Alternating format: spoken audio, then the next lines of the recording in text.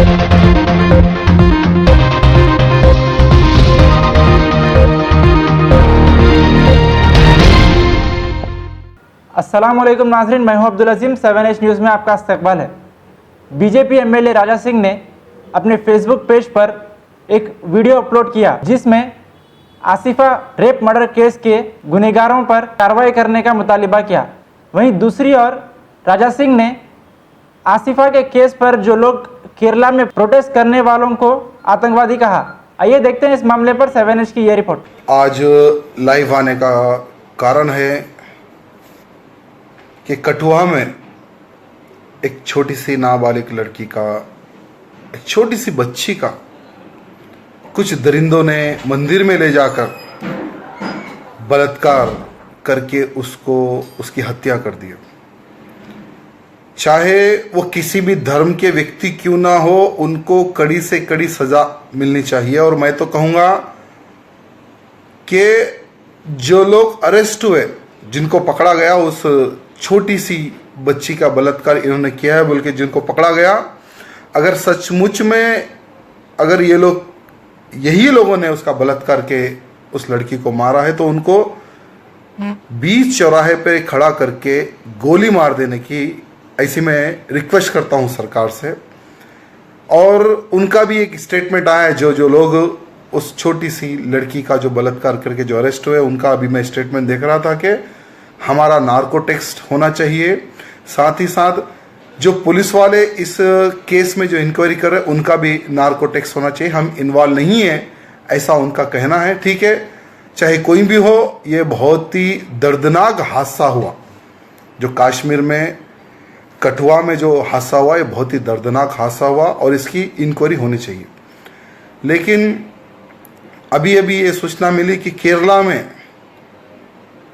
कश्मीर में जो मासूम बच्ची का जो बलात्कार हुआ, केरला में कुछ देशद्रोहियों द्वारा, कुछ आतंकवादियों द्वारा एक बहुत बड़ी रैली निकाली गई। रैली निकालने के बाद में सरकारी वाहनों को जलाया गया। साथ ही साथ जो हिंदुओं के जो शॉप्स होते हैं, जो दुकानें होती है, उन दुकानों को लूटा गया, उन दुकानों को जलाया गया। और जो भी हिंदू गाड़ी पर जा रहा है, या बाइक हो या फोर व्हीलर हो, उनको रोक कर, नाम पूछकर उनके ऊपर हमला किया गया, हथियारों से उनके ऊपर हमला किया गया। साथ ही साथ इस हमले में 140 पुलिस वाले भी घायल हो चुके हैं केरला में। केरला के मुख्यमंत्री जी, मैं आपसे ये पूछना चाहूँगा, क्या अभी भी गहरी नींद में क्या सो रहे हो? क्या तुम्हें केरला के हिंदुओं की सुरक्षा की क्या जिम्मेवारी नहीं है क्या? मैं केरला के मुख्यमंत्री से ये पूछना चाहूँगा। और साथ ही साथ केरला के हिंदुओं को मैं कहना चाहूँगा कि अगर तुम्हें गर्व से केरला में रहना हो, तो जो भाषा में ये जिहादी समझे, उस भाषा में उन जिहादियों को जवाब दो। नहीं तो जो कश्मीर में हिंदू कश्मीरी पंडितों का जो हाल हुआ, कश्मीर से भगा दिया गया, वही हाल केरला के मेरे हिंदू भाई बंधुओं आपका होगा। आप लोग उनका जुल्म सहोगे, वो लोग जुल्म करेंगे। जुल्म सहना बंद कर दो। और केरला में कोई भी हिंदू के ऊपर अगर अत्याचार होता है, हमला होता है, अगर सरकार सहयोग सपोर्ट करती है, ठीक है, नहीं तो आपकी रक्षा के लिए, आपके परिवार की रक्षा के लिए उन जिहादियों को मुंह तोड़ जवाब दो। नहीं तो हिंदुओं, आप अपनी रक्षा नहीं कर सकोगे, अपने भाई माताओं बहनों की रक्षा नहीं कर सकोगे।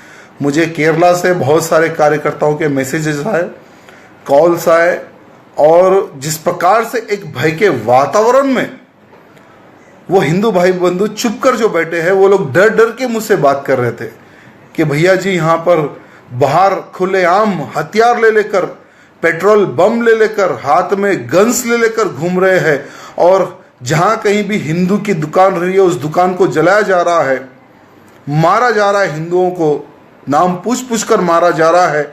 हम लोग बहुत ही भय में है, यहाँ की पुलिस भी बस तमाशा देख रही है, ऐसा वहाँ से तकरीबन मुझे कॉल्स आ रहे थे।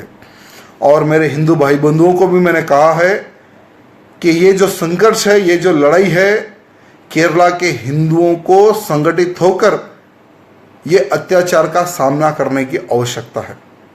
और मैं तो कहूँगा कि सरकार सहयोग नहीं करती है, क्योंकि केरला की सरकार हिंदू विरोधी सरकार है और ऐसी हिंदू विरोधी सरकार में हिंदू सुरक्षित नहीं रह सकेगा। अगर हिंदुओं को सुरक्षित रहना है तो संगठित हो जाओ। केरला के सभी हिंदू भाई बंधुओं, जात पात धर्म को बाजू रखो, हम सब हिंदू हैं और केरला के जिहादियों से हमें बचना है, केरला को उन जिहादियों से बचाना है। ऐसी सोच रखकर, जात पात को दूर रखकर एक बहुत बड़ा संगठन का निर्माण करो। जब तक आप संगठन का निर्माण नहीं करोगे, तुम्हें कोई भी नहीं बचा सकेगा। यह मेरे केरला के हिंदू भाई बंधुओं को कहना चाहूंगा मैं। उस छोटी सी लड़की का बलात्कार हुआ, हाँ बहुत ही गलत हुआ, और जिसने भी बलात्कार किया है, मैं तो कहता हूं 20 चौराहे पर खड़ा करके उसको फांसी या गोली मार दो, ये मैं कहता हूं। भारत देश में कहीं पर भी महिलाओं के साथ अगर अत्याचार होता है, जबरदस्ती महिलाओं का अगर बलात्कार होता है, छोटी छोटी बच्चियों से अगर बलात्कार होता है, किसी को जिंदा छोड़ने की आवश्यकता नहीं है। मैं तो प्रधानमंत्री मोदी जी से निवेदन करता हूं कि एक कानून पारित करे, जो कोई भी मासूम छोटी लड़कियों के साथ अगर बलात्कार करता है, बच्चियों के साथ अगर बलात्कार करता है, एक स्पेशली कोड बनाए।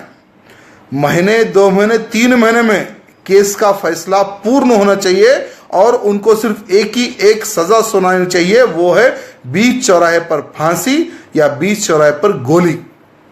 ये 2 ही सुनवाई होनी चाहिए, क्योंकि जब तक इन हरामियों को जो बलात्कार करते हैं, जब तक इन हरामियों को डर अगर नहीं होगा, भय का वातावरण अगर क्रिएट नहीं होगा, तो सोचिए हम हमारी छोटी छोटी लड़कियों की हम कैसा रक्षा कर सकेंगे। कुछ लोग ये भी कह रहे हैं कि ये बहुत बड़ी राजनीति हो रही है कठुआ में। ठीक है, राजनीति क्या हो रही है, ये आने वाले समय में बिल्कुल भी सामने आ जाएगा, प्रतीक्षा करने की आवश्यकता। लेकिन भारत देश के हिंदू भाई बंधुओं, ये जो जिहादी है, कठुआ का इश्यू ले लेकर अपने अपने राज्य में दंगे फसाद करने की ऐसी योजना बनाकर बैठे हैं। इन जिहादियों को जवाब दो और सावधान रहो। कोई भी हिंदू भाई बंधु इनके हमले का शिकार ना हो जाए, ये हमें थोड़ा सा देख समझ के रहना है। फिर से एक बार केरला के हिंदू भाई बंधुओं, संगठित होकर इन जिहादियों को जवाब दो। भारत माता की जय, जय श्री राम। सब लोग जो ऑनलाइन आए और इस वीडियो को शेयर, लाइक्स कर रहे, आप सबको हृदय से धन्यवाद, धन्यवाद। जय श्री राम।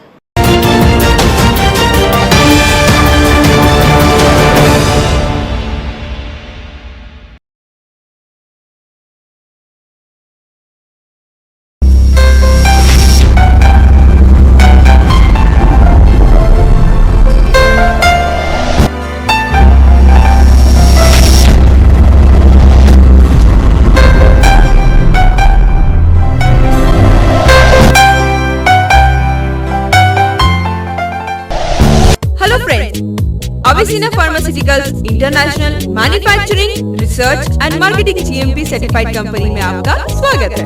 इस कंपनी के founder, managing director doctor Farhad Anwar, जो कि एक प्रोफेशनली हाईली क्वालिफाइड और हर्बल एक्सपर्टीज से अपनी 33 इयर्स की क्लिनिकल प्रैक्टिस और रिसर्च वर्क के दौरान अपने खुद के फॉर्मुलेशंस के कई हर्बल प्रोडक्ट खास किस्म की जड़ी बूटियों से तैयार किए गए हैं, जिनमें सेना हर्बल हेयर टॉनिक और शैम्पू बेहद खास है दोस्तों।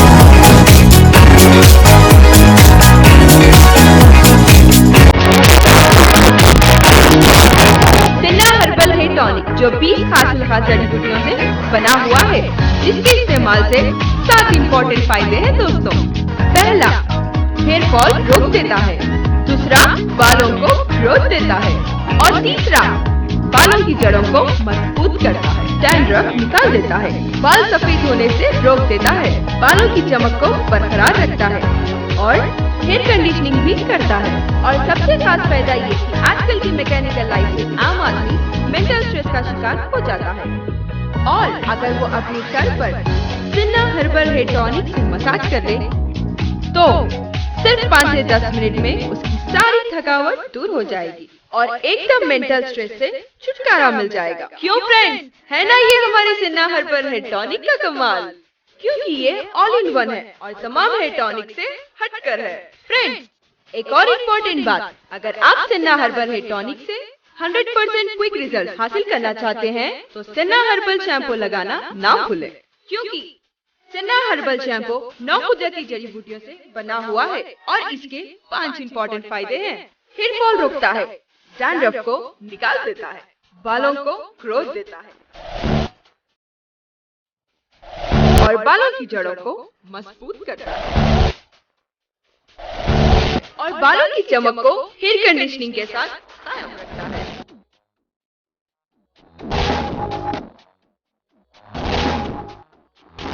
हमारे सारे प्रोडक्ट 100% हर्बल हैं, जिसके कोई साइड इफेक्ट्स नहीं। डियर फ्रेंड्स, हमारी वेबसाइट पे जाना मत भूलिएगा, क्योंकि ये आपको एक डॉक्टर की तरह गाइड करेगी। www.avesinaherbalproducts.com For further information and our outlet, contact 0091 924 652 1334 741 628 1360 040 2406 3486